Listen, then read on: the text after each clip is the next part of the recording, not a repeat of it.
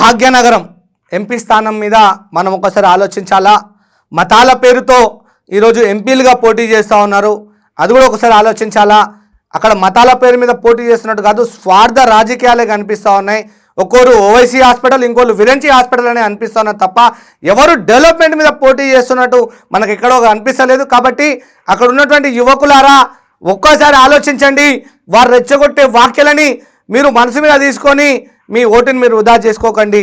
ఎవరైతే నిజంగా పార్టీకి నిబద్ధతతో వాళ్ళు ఉన్నారో వాళ్ళకి టికెట్ ఇచ్చినప్పుడు వాళ్ళకు ఓటేస్తే ఒక అర్థం ఉంటుంది. కానీ ఒక సభ్యత్వమే లేని వ్యక్తికి ఇవ్వడం జరిగింది. ఇంకో వ్యక్తి 15 నిమిషాల్లో చేస్తుంటే సమర్థించినటువంటి 15 నిమిషాల్లో కొన్ని వర్గాల వ్యక్తులను ఉండనివ్వము అన్నటువంటి ఆ వ్యక్తికి మనం సపోర్ట్ చేస్తూ ఉన్నామా? ఒకసారి ఆలోచించాలి. ఇక్కడ హిందూ ముస్లిం అని కాదు, యువక రేపు దేశానికి నువ్వు ఒక పెద్ద ఆయు పట్టులు అంటోనివి. కానీ ఈరోజు నీకున్నటువంటి పట్టు ఆ ఓటు అనే ఆయుధాన్ని ఈరోజు రెచ్చగొట్టే వాక్యాల పేరుతో గుంజుకుంటా ఉన్నారు. తస్మాత్ జాగ్రత్త. మీరు చూడండి, మాధవిలత గారి విరంచి హాస్పిటల్లో ఈరోజు ఏ విధంగా దోపిడీ జరిగిందో అది వాస్తవమా అబద్ధమా మీరే ఆలోచించండి. ఓవైసీ హాస్పిటల్లో ఎంత దోపిడీ జరుగుతుంది, అది వాస్తవమా అవాస్తవమా ఒకసారి ఆలోచించండి. భాజపాలో నాకు చాలా బాధ అనిపిస్తూ ఉన్నది. ఎందుకంటే అటల్ బిహారీ వాజ్పేయి గారి నుంచి నేను ఆ పార్టీని ఫాలో అవుతా ఉన్నాను. ఒక ఎథికల్ వాల్యూస్ ఉన్నటువంటి పార్టీగా నేను భావిస్తాను. ఒక యమునా పాఠక్ అనే ఒక వ్యక్తి చాలా పోరాటాలు చేసింది. భాజపాలో సుమారు ఒక 15 సంవత్సరాల నుంచి వర్క్ చేస్తూ ఉన్నది. ఆ వ్యక్తి కూడా చాలా ప్రయత్నం చేసింది.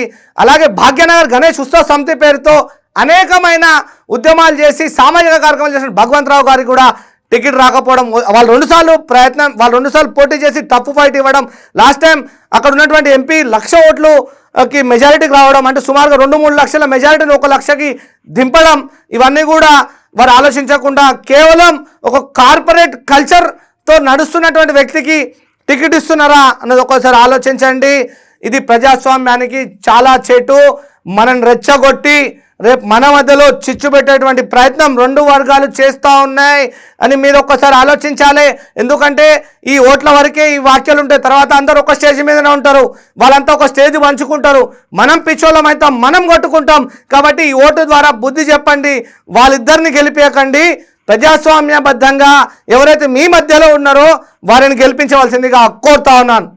ఇంకోటి, మాజీ మంత్రి మల్లారెడ్డి గారు తన నోరుని అదుపులో పెట్టుకుంటే ఈరోజు పరిస్థితి వేరేలాగా ఉండేది అని నేను అనుకుంటున్నాను. ఒక పెద్ద మనిషికి ఇచ్చే విలువని ఈ యొక్క సమాజం ఇస్తుండే అనిపిస్తుంది.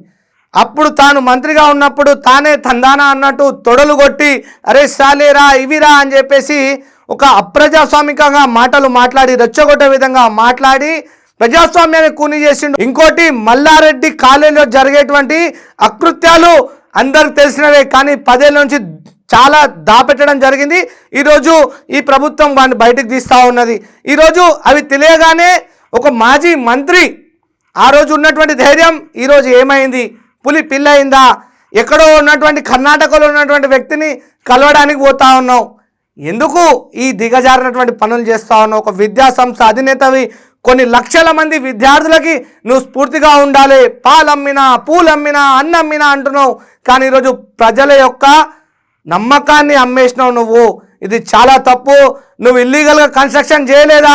ఇది వాస్తవం కాదా? ఒక్కసారి నీ ఆత్మ పరిశీలన చేసుకో. అక్కడ చదువుతున్నటువంటి విద్యార్థులే ఈరోజు ధర్నాలు చేస్తూ ఉన్నారు.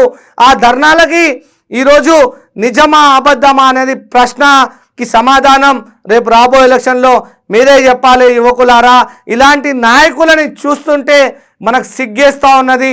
రేపు ప్రజాస్వామ్యం బతుకుతుందా అనే ఒక భయం వేస్తూ ఉన్నది. ఈ భయాన్ని పొడగొట్టాలంటే ఓటు అనే ఆయుధం ద్వారా నువ్వు ధైర్యం చేసి రేపు ఇలాంటి నాయకులు రానియకుండా మనం బుద్ధి చెప్పాలి.